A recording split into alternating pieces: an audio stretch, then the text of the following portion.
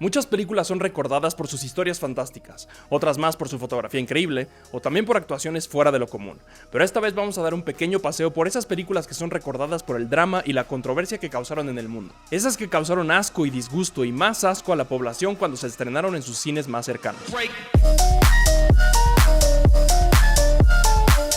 Las primeras 3 paradas de nuestro viaje son muy breves, ya que las películas en sí eran muy breves también. Así que imagínense que vamos en uno de esos trenecitos de Disney pasando por el juego de Es un mundo pequeño.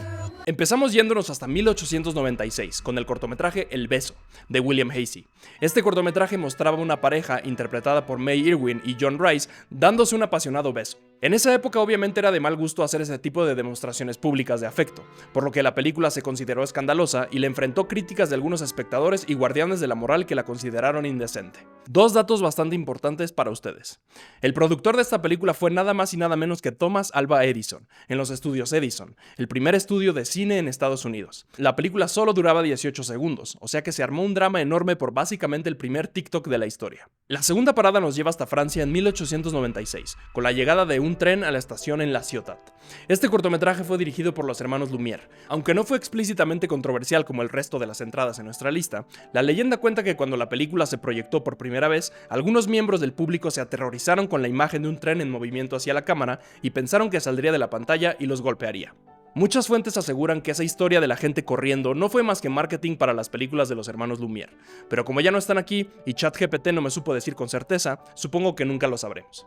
Sin movernos de Francia, pero en 1907, llegamos al cortometraje El cerdo bailarín.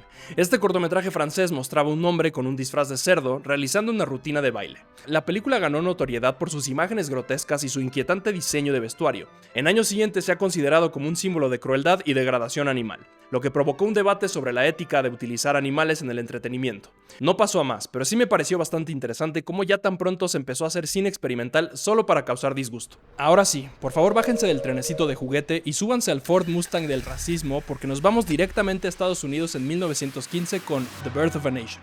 Dirigida por D.W. Griffith, esta película se lanzó durante los primeros años de Hollywood, cuando la industria del cine aún se estaba estableciendo como una fuerza importante en la cultura estadounidense. Al mismo tiempo, Estados Unidos estaba experimentando un resurgimiento del Ku Klux Klan, que había estado inactivo desde la década de 1870. Birth of a Nation recibió elogios de la crítica por sus innovadoras técnicas de realización cinematográfica, pero su representación abiertamente racista de los afroamericanos y la glorificación del KKK llevó a protestas generalizadas, disturbios y prohibiciones. La presentación de la película generó un debate nacional sobre la raza, la representación y el poder del cine para dar forma a la opinión pública. ¿Y cómo fue que Birth of a Nation innovó en el cine? La película fue una de las primeras en utilizar una narrativa compleja y estructurada, con múltiples hilos argumentales y personajes entrelazados. Esto fue un gran avance en comparación con las películas anteriores que solían ser más simples y lineales en su narración. Estas técnicas se convirtieron en fundamentales para el lenguaje cinematográfico y siguen utilizándose en la actualidad. Además, Birth of a Nation provocó un debate sobre la censura y la libertad de expresión en la industria cinematográfica. Muchos estados y ciudades prohibieron la película debido a su contenido racista, lo que llevó a discusiones sobre los límites de la libertad artística y la responsabilidad de los cineastas al abordar temas controvertidos y potencialmente ofensivos. Birth of a Nation continuó siendo una película influyente en las décadas posteriores a su lanzamiento, lo que demuestra el poder duradero del cine como medio de comunicación y la capacidad de las películas para impactar y dar forma a la percepción del público sobre temas importantes. Aceleramos un poco más para poder dejar atrás esas cosas tan feas y complicadas como era Estados Unidos en esa época. Vámonos a un lugar un poco más tranquilo ahora. ¿Les parece bien Alemania en 1927, justo después de perder la Primera Guerra Mundial? Entonces vamos a platicar de Metrópolis, esa película alucinante de Fritz Lang que fue lanzada en 1927 durante la República de Weimar. En ese momento, Alemania estaba lidiando con una gran agitación política y económica. Estaban tratando de recuperarse de las terribles condiciones impuestas por el Tratado de Versalles después de la Primera Guerra Mundial, lo que llevó a una inflación masiva y a una crisis económica. Ahora, sobre Metrópolis. Esta película realmente fue innovadora para su tiempo. Presenta una sociedad distópica dividida entre la élite privilegiada que vive en lujosos rascacielos y la clase trabajadora oprimida que vive y trabaja bajo tierra en condiciones deplorables. Estas ideas resonaron con el público de la época y su crítica al capitalismo y su comentario social hicieron que la película fuera considerada controversial en algunos países, incluido Estados Unidos, donde sufrió censura. ¿Y quién era Fritz Lang, el genio detrás de Metrópolis? Nacido en Austria, Fritz Lang fue un director austríaco-alemán que luego se convirtió en ciudadano estadounidense. Tuvo que huir de Alemania cuando los nazis comenzaron a ganar poder, ya que sus películas eran blanco de la propaganda nazi por sus mensajes políticos y sociales. Además, Lang tenía raíces judías, así que se mudó a Hollywood, donde siguió dirigiendo y tuvo mucho éxito con películas como Fury, You Only Live Once y The Big Hit. La película utilizó técnicas de animación en stop motion y trucos fotográficos, junto con maquetas detalladas y miniaturas, para crear escenas impresionantes que aún hoy en día siguen siendo sorprendentes. Además, su uso de luces y sombras creó un ambiente visual distintivo que se convirtió en una característica clave del cine expresionista alemán. En el frente político, la República de Weimar fue un periodo de inestabilidad y conflictos políticos.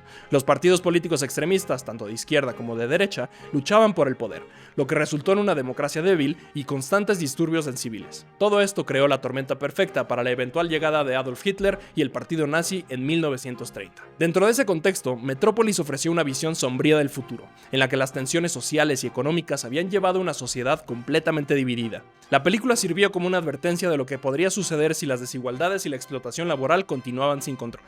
Es tiempo de seguir continuando hacia 1939 con Lo que el viento se llevó. Esta película llegó justo al final de la Gran Depresión y al borde de la Segunda Guerra Mundial, convirtiéndose en un evento cultural impresionante. La forma en que presenta de manera idealizada el sur de Estados Unidos durante la época anterior de la Guerra Civil y cómo trata a los personajes afroamericanos como esclavos felices o sirvientes leales generó mucha controversia. Muchos grupos de derechos civiles protestaron por su estreno. Sin embargo, a pesar de la polémica, Lo que el viento se llevó fue un éxito rotundo en taquilla y sigue siendo una de las películas más taquilleras de todos los tiempos. Hablemos un poco más del contexto de ese momento. La Gran Depresión había dejado a millones de personas sin empleo, y el país estaba tratando de recuperarse de las adversidades económicas. En medio de esta situación, Lo que el viento se llevó llegó a los cines como una especie de escape, una oportunidad para que la gente se sumergiera en una historia épica y romántica. La película también fue un logro técnico, siendo una de las primeras películas a color y con efectos visuales impresionantes para su tiempo. Por otro lado, el mundo estaba al borde de la Segunda Guerra Mundial, con tensiones políticas y militares creciendo en Europa y Asia. El estreno de la película también estuvo marcado por la tensión internacional, lo que pudo haber influido en la forma en que el público percibiera la guerra y la división racial en la trama de la película. La controversia en torno a Lo que el viento se llevó no solo se limitó a su representación de la esclavitud y la vida en el sur, sino que también se extendió a su proceso de producción. La elección de Vivien Leigh, una actriz británica para interpretar a Scarlett O'Hara, una mujer sureña, generó cierto debate en ese momento. Además, Hattie McDaniel, quien interpretó a Mammy, fue la primera actriz afroamericana en ganar un Oscar, pero debido a la segregación racial no pudo asistir a la premiere de la película en Atlanta. A pesar de las controversias, Lo que el viento se llevó sigue siendo un clásico del cine y su impacto en la cultura popular y la historia del cine es innegable. 10 años después de las bombas en Japón que terminaron con la Segunda Guerra Mundial, llegamos sanos y salvos a 1955 y su rebelde sin causa. Pongámonos en contexto. Estamos en la década de los 50, plena Guerra Fría. El mundo vive en tensión con la amenaza constante de un conflicto nuclear. Pero mientras todo esto sucede, en Estados Unidos se está gestando algo igual de revolucionario, aunque en un plano completamente diferente: la cultura juvenil. Y en medio de esta marea de cambios aparece Rebelde sin causa, dirigida por Nicholas Ray. Esta película nos presenta a James Dean en uno de sus papeles más icónicos, encarnando a Jim Stark, un joven descontento y rebelde que se convierte en el símbolo de una generación que busca su propia identidad en un mundo en plena ebullición. En la película, Ray explora temas como el conflicto generacional, la delincuencia juvenil y la angustia de crecer y tener que decidir quién quiere ser, en un momento en que las convenciones sociales y los roles tradicionales parecían estar perdiendo sentido. ¿Y qué hizo esto? Encendió la mecha de la controversia. Algunas voces se levantaron para pedir la censura de la película. Los detractores argumentaban que mostraba una imagen demasiado cruda de la violencia juvenil y que no era apropiada para el público más joven. Pero a pesar de todo eso, la película fue un éxito y es considerada hoy en día como un hito en la historia del cine. Rebelde sin causa no solo capturó el espíritu de los 50, sino que también nos mostró una nueva perspectiva de la juventud, lejos de los estereotipos y más cercana a la realidad. Fue una de esas películas que, sin quererlo, marcó un antes y un después.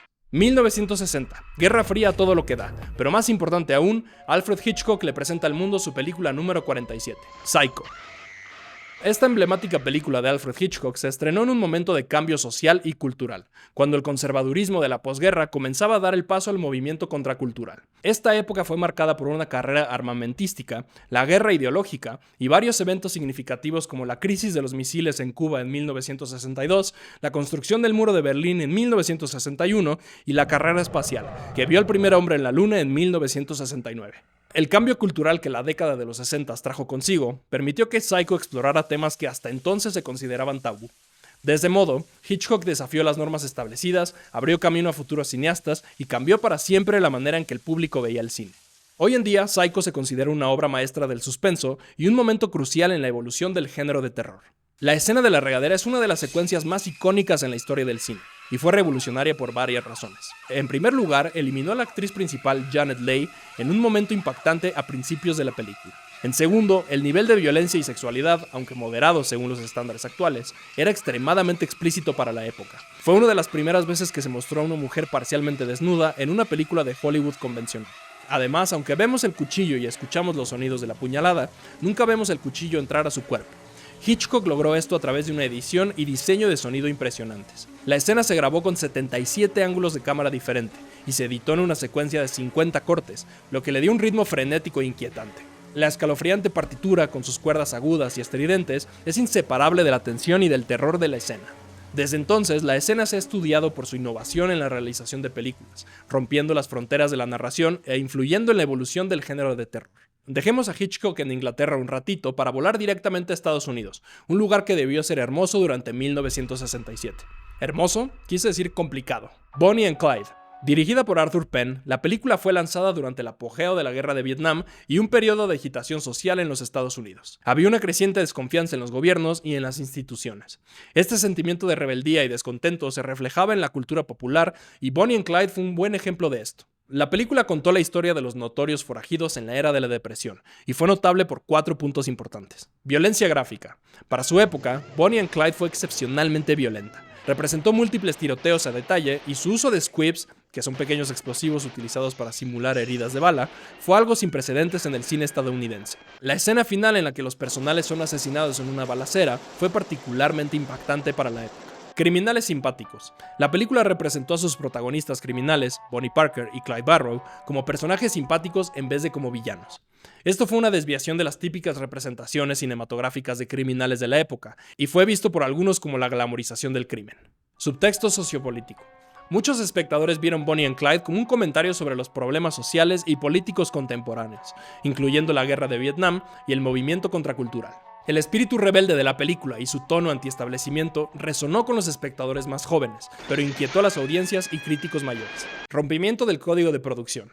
Bonnie and Clyde fue una de las varias películas a finales de 1960 que ayudaron a derribar el código de producción de Hollywood, el cual había impuesto límites estrictos a lo que se podía mostrar en las películas estadounidenses. El éxito de la película ayudó a inaugurar la era del nuevo Hollywood de la década de 1970, que se caracterizó por una mayor libertad creativa y temas más maduros y controvertidos. A pesar de la controversia, o tal vez gracias a ella, Bonnie and Clyde fue un gran éxito en taquilla. Además, esta película desafió la forma en que Hollywood retrataba la sexualidad en pantalla. Fue una de las primeras en mostrar una escena de sexo entre los personajes principales, desafiando las convenciones y normas del código Hays, que había regido la industria del cine desde los años 30. Un poco después, y aún con los mismos problemas sociopolíticos, llegamos a la película favorita de muchos. En 1971, el mundo de la literatura y el cine fue sacudido por la publicación de La Naranja Mecánica, de Anthony Burgess, y su posterior adaptación cinematográfica dirigida por Stanley Kubrick.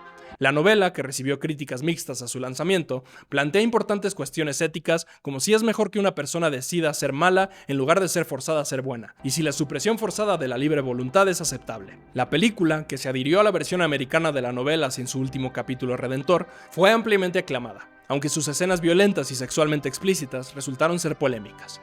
El tema central de la película puede resumirse en la pregunta milenaria de si dos males hacen un bien, es decir, si los fines justifican los medios, no importa cuán poco éticos sean los medios. En resumen, ¿es bueno hacer cosas malas a alguien despojándole de su humanidad y libre albedrío con tal de que esa persona deje de hacer cosas malas a los demás? Por otro lado, en el ámbito político y económico, 1971 fue el año en que se publicaron los Pentagon Papers, una serie de documentos que revelaron la participación política y militar de los Estados Unidos en Vietnam desde 1945 hasta 1967.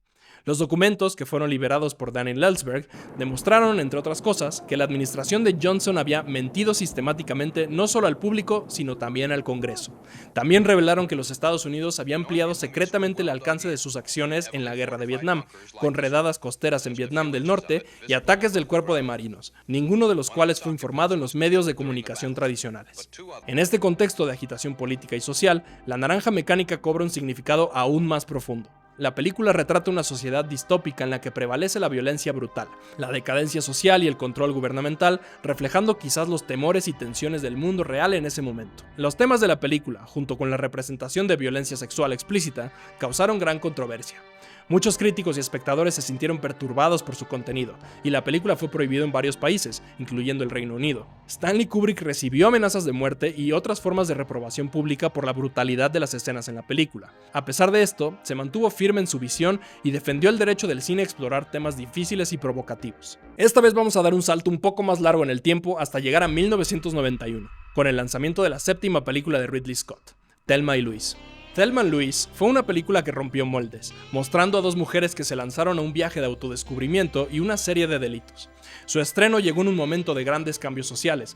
Qué raro. Los primeros años de los 90 estuvieron marcados por el auge del feminismo de tercera ola, un movimiento que buscaba cuestionar y evitar las visiones simplificadas de la feminidad que se promovieron en la segunda ola del feminismo, que se centró mucho en las experiencias de las mujeres blancas de clase media alta. El feminismo de la tercera ola, por otro lado, abrazó la diversidad, el cambio, la contradicción y la individualidad.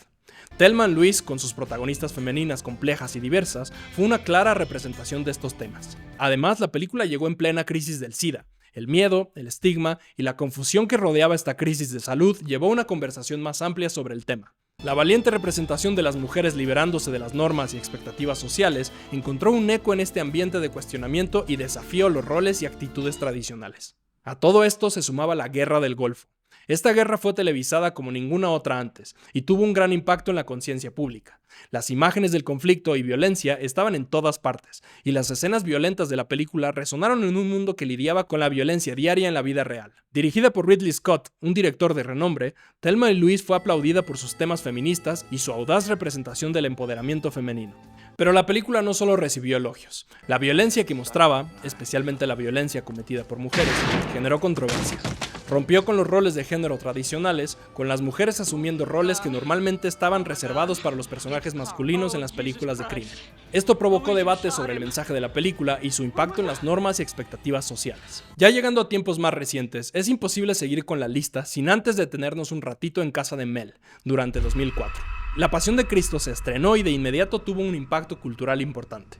Fue un momento de mucha tensión política y social, tanto en Estados Unidos como en todo el mundo. Mel Gibson, quien era más conocido como actor, dirigió la película y nos presentó una versión realmente intensa de la crucifixión de Jesús. Todo esto sucedió en los primeros años de la guerra contra el terror, que se inició después de los ataques terroristas del 11 de septiembre del 2001, en los Estados Unidos. Esta situación generó un ambiente de miedo y ansiedad que llevó a muchas personas a aferrarse a sus creencias religiosas. En este contexto, La Pasión de Cristo tuvo una gran resonancia con mucha gente de Estados Unidos que buscaba consuelo y fortaleza en su fe, pero la película también tuvo su parte en controversia. Fue criticada por su representación violenta de la crucifixión de Jesús, que fue considerada por muchos como excesiva y sensacionalista. Además, se enfrentó a acusaciones de fomentar estereotipos antisemitas. Todo esto provocó un gran debate sobre cómo se representan las creencias religiosas en el cine, la precisión histórica de la película y el papel de la fe en el cine. A pesar de todo este revuelo, La Pasión de Cristo fue un éxito comercial, y aunque recibió muchas críticas, también generó mucha curiosidad, lo que probablemente ayudó a impulsar las ventas de entradas. La película se convirtió en un reflejo del resurgimiento del conservadurismo religioso en Estados Unidos, algo que se vio amplificado por el clima de incertidumbre geopolítico que se vivía en ese momento. Ok, ¿se acuerdan hace unas paradas que nos detuvimos en 1915 para hablar de The Birth of a Nation, esa película turbo racista? Bueno, pues vamos a detenernos un ratito en el 2016 para hablar de Birth of a Nation, pero del 2016. Dirigida por Nate Parker, Birth of a Nation es una película que nos mete de lleno en la vida de Nat Turner y la rebelión de los esclavos que armó en 1831. Antes de que la película llegara a los cines, ya había problemas alrededor de ella. Cuando se estrenó en el Festival de Cine de Sundance, la gente la recibió muy bien. diciendo que era un retrato bastante duro sobre la raza y que mostraba a fondo una parte difícil de la historia de los Estados Unidos. La película se sumerge en la esclavitud y la discriminación racial, y nos muestra el espíritu rebelde de Turner, pero en lugar de hablar de lo que muestra la película, la gente pronto se puso a hablar del pasado de su director, Nate Parker. Volvió a salir a la luz una acusación de violación en 1999 contra Parker, de la que fue absuelto, y esto generó un montón de controversia que tapó el lanzamiento de la película. Esto hizo que mucha gente empezara a debatir si la vida personal de un cineasta debería afectar su trabajo. ¿Hasta dónde deberíamos dejar que la vida personal del creador influya en cómo vemos su arte? ¿Deberíamos juzgar una obra solo por lo que es, o también tenemos que tomar en cuenta quién la hizo? Al final no le fue tan bien en taquilla como se esperaba, seguramente por toda esta polémica, pero a pesar de cómo le fue, la película sigue siendo importante. Los temas de resistencia e injusticia racial que aborda siguen siendo actuales. La historia de Nat Turner, tal como la contó Parker, sigue siendo un fuerte recordatorio de la lucha histórica por la igualdad y sigue generando conversaciones sobre las diferencias raciales hasta hoy. Antes de llegar a la última parada en este viaje de terror, controversia y angustia, vamos a pasar por dos pequeños pueblos que vale la pena visitar, pero sin bajarnos porque tampoco son tan interesantes. 2017, Get Out. Dirigida por Jordan Peele, Get Out fue una película de terror que rompió moldes al explorar las complejidades de la raza y el racismo en Estados Unidos. Lanzada en un momento marcado por el movimiento Black Lives Matter, un resurgimiento del nacionalismo blanco y debates políticos bastante intensos, los temas provocativos de la película y su innovadora forma de contar su historia iniciaron controversias sobre raza, privilegios y representación en la industria del cine. Get Out recibió montones de elogios y le consiguió a Peele un premio a la Academia como mejor guión original, lo que le aseguró un lugar en la historia del cine, especialmente porque la Academia generalmente ignora el cine de terror. 2019, Joker. La oscura y cruda historia del origen del icónico villano de DC Comics, dirigida por Todd Phillips, llegó a cines en medio de un ambiente global de inestabilidad política, desigualdad económica y crecientes preocupaciones sobre la salud mental, como siempre. La película, protagonizada por Joaquin Phoenix, fue elogiada por su fascinante estudio de personaje y las actuaciones magistrales, pero también fue criticada por su violencia y el potencial para inspirar actos de agresión en el mundo real. Joker generó debates sobre la responsabilidad de los cineastas de considerar el impacto potencial de su trabajo en el público, y al final recibió numerosos reconocimientos, incluyendo el premio de la Academia para la actuación de Phoenix. Obviamente ambas películas llegaron durante el famosísimo término presidencial de Donald Trump, el cual se caracterizó por políticas de America First, que reorientaron las relaciones internacionales, una reforma fiscal que benefició principalmente a los individuos de mayores ingresos y un enfoque en la inmigración que resultó en políticas controvertidas, como la construcción de un muro en la frontera con México y la prohibición de viajar a ciudadanos de ciertos países. El mandato de Trump también estuvo marcado por la polarización política, con divisiones profundas sobre temas como el cambio climático, el racismo y los derechos de las mujeres. En 2020, la pandemia de COVID-19 golpeó a los Estados Unidos y las respuestas de la administración de Trump a la crisis sanitaria y económica fueron objetos de críticas y controversias significativas. Y bueno, finalmente llegamos a la última parada, una que resonó en todo el mundo cuando sucedió y la misma que básicamente le quitó toda credibilidad a una página de reseñas con un logo de jitomate o algo así. Bienvenidos sean todos ustedes a Cuties. Cuties es una película francesa de drama sobre el paso a la adultez escrita y dirigida por Maïmouna Doucouré. La película, que se estrenó en el Festival de Cine de Sundance en enero del 2020, luego se lanzó internacionalmente en Netflix en septiembre del mismo año, donde causó una polémica enorme por sexualizar niñas jóvenes. Les voy a resumir la película porque no vale la pena que la vean. La historia sigue a Amy, una chica de 11 años que vive en un barrio pobre de París. Ella está luchando con dos normas culturales muy distintas: los valores tradicionales de su conservadora educación musulmana y la cultura occidental hipersexualizada que la rodea. Amy vive con su madre, que está lidiando con que su marido tome una segunda esposa como lo permite su cultura, y dos hermanos menores. La madre de Amy es profundamente religiosa y tradicional, y espera que Amy siga sus pasos. Sin embargo, Amy se siente sofocada por esas expectativas. Amy se queda fascinada con un grupo de baile de chicas rebeldes en su escuela llamadas The Cuties. Ellas visten ropa provocativa y realizan rutinas de baile sexualmente sugerentes, imitando lo que ven en videos musicales y en redes sociales.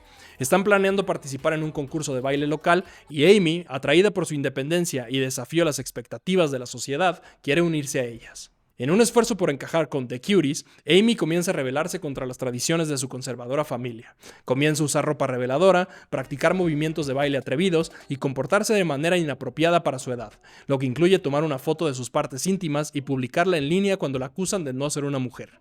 Las acciones de Amy escalan, lo que lleva a varios incidentes problemáticos, incluyendo una escena en donde intenta seducir a un hombre adulto para salir del apuro de haberle robado el celular. El hombre, horrorizado, rechaza sus avances. En la escena final, Amy y The Cuties realizan su rutina de baile en el concurso. Su baile es altamente sexualizado, causando incomodidad en el público. Amy, en medio de la actuación, tiene un momento de realización sobre las implicaciones de sus acciones. Abandona abruptamente el escenario, vuelve a su casa, y la última vez que la vemos está saltando la cuerda fuera de su casa con ropa modesta, sugiriendo un retorno a la inocencia y la infancia. La polémica en torno a la película se debió principalmente a su material promocional lanzado por Netflix, que mostraba a las niñas jóvenes en poses provocativas.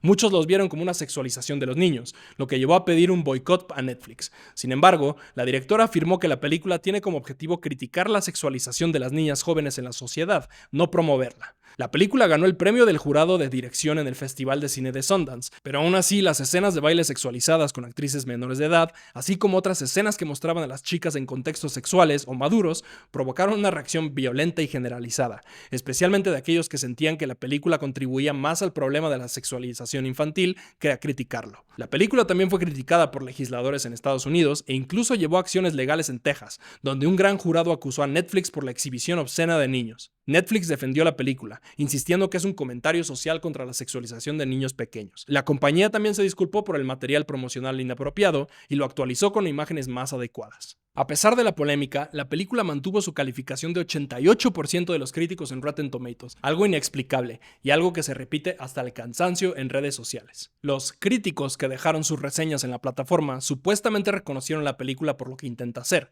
ignorando por completo los modos tan asquerosos que emplearon para contar esa historia. Y bueno, mis queridos amigos, ya con esa última parada tan terrible en los espejos retrovisores, por fin llegamos de regreso a nuestras casas en el 2023, el año de la calma y la tranquilidad, uno donde ya todos aprendimos de todo lo malo que ha pasado en la historia de la humanidad y por lo que ya no se va a repetir.